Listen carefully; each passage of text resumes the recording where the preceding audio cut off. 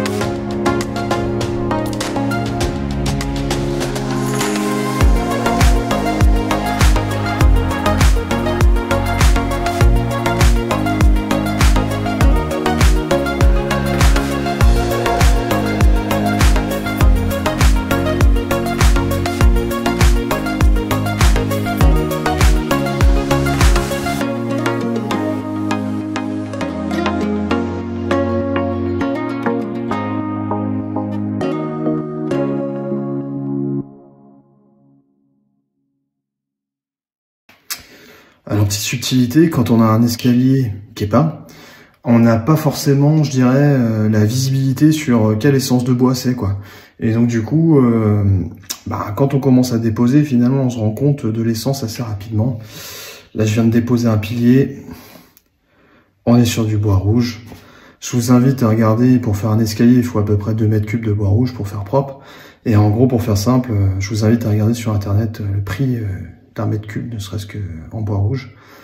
D'où toute l'utilité de notre métier, parce que finalement on se retrouve à avoir des super pépites dans nos anciennes maisons, parce que ce qu'ils mettaient comme bois à l'époque, c'est pas ce qu'on met aujourd'hui, quoi. Voilà. Alors, affaire à suivre.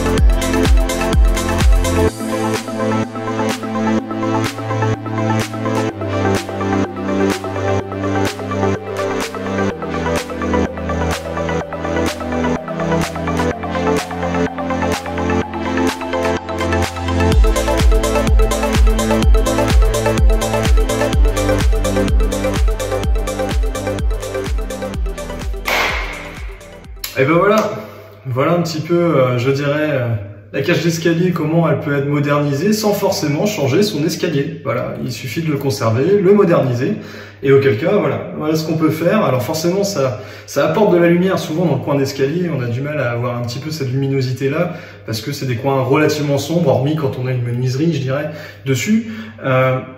L'idée, c'est qu'en gros, à travers ça, ça permet de montrer en fait qu'on peut conserver ces matières qui sont souvent plus nobles aujourd'hui que ce qui se fait actuellement, sans forcément, voilà, je dépose mon escalier, je repose mon escalier, ce qui est un peu incohérent, sachant que ce qu'on va mettre par rapport à un niveau budget, bah ça va pas forcément être aussi qualitatif que ce qu'on avait. Donc voilà, cet exemple-là est plutôt bon, je trouve. Et il y a aussi un fait qui est assez intéressant. Sachez que cette partie-là, on essaiera de vous montrer sur une autre vidéo quand on travaille avec un métallier ce que ça donne. C'est-à-dire qu'en gros, nous on travaille avec l'entreprise Précistil qui se trouve à Douarnenez-Condritte, l'intermédiaire de Mathieu qui en est le gérant. Et en fait, l'idée c'est que dans le remplissage, on peut faire aussi ce qu'on va appeler finalement de la gravure numérique. Et en gros, on se retrouve à avoir des choses assez sympas. Si on veut un arbre de vie un peu à la viking ou ce genre de choses, c'est quelque chose qu'on peut faire sans problème par l'intermédiaire de Précistil. Donc vraiment sympa aussi, il faudra qu'on bûche sur une vidéo pour vous montrer ça. Et voilà le finish. Alors, forcément, ça change.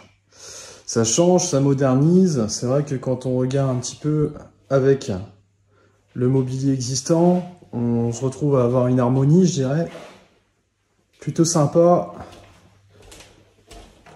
Le bois rouge conservé avec forcément toute la partie marche contre marche, nez de marche.